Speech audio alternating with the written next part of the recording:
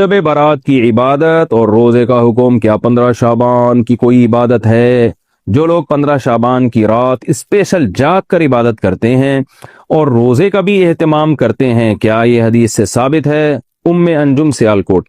15 शाबान का रोज़ा तो किसी सही हदीस से साबित नहीं है, इसलिए इसको तो छोड़ देना चाहिए इसको। और क्योंकि ज़ईफ़ हदीस से बहरहाल किसी अमल का सबूत नहीं होता। 15 शाबान के रोज़े के बारे में जो हदीस है वो ज़ईफ़ है, तो उससे अमल साबित नहीं होता। और बाकी कोई मखसूस इबादत नहीं है। और 15 शाबान में बहुत इख्तलाफ है उलमा का कि ये इसकी रात की कोई फजीलत है भी या नहीं। बहरहाल जुमहूर इसकी फजीलत के कायल हैं, तो अगर कोई इसकी फजीलत की बिना पर इबादत करना चाहे तो इबादत का कोई मखसूस तरीका नहीं है, जैसे चाहे इबादत करें, बल्कि मखसूस तरीका ईजाद कर लेना ये बिदअत है।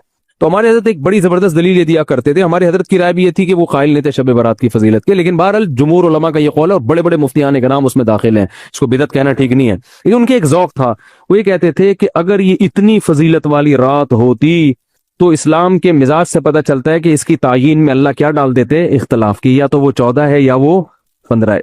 एक उनका ज़ौक़ था।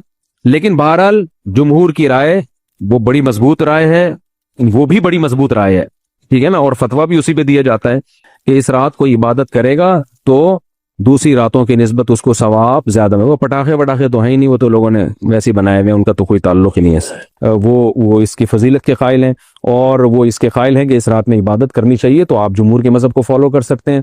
तो अब ये बात तो हो गई, जुमहूर का मजहब मैंने आपको बताया कि वो इस रात में फजीलत के कायल हैं कि इस रात में इबादत करनी चाहिए।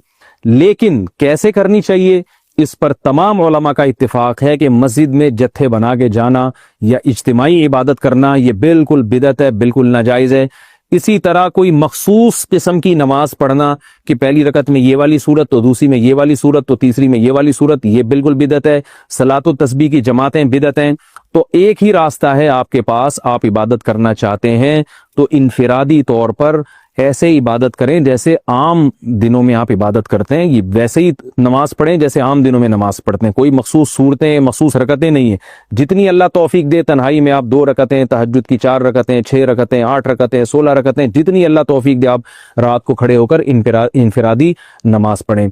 दुआएं मांगे अल्लाह ताला से, कुरान की तिलावत करें, तस्बीहात करें। जत्थे ना बनाएं मस्जिद में, चिरागा ना करें, बत्तियां ना लगाएं, कब्रिस्तानों पर रश ना करें। ये सब नाजायज़ और सब हराम है, गुनाह है, इसका इस्लाम में कोई तसव्वुर नहीं। करना है तो सिर्फ एक काम आप कर सकते हैं कि सिर्फ इबादत करें, और अल्लाह की रहमत से उम्मीद की जा सकती है कि अल्लाह ताला इस रात में आपको इबादत का दूसरी रातों की निस्बत सवाब अता फरमाएगा।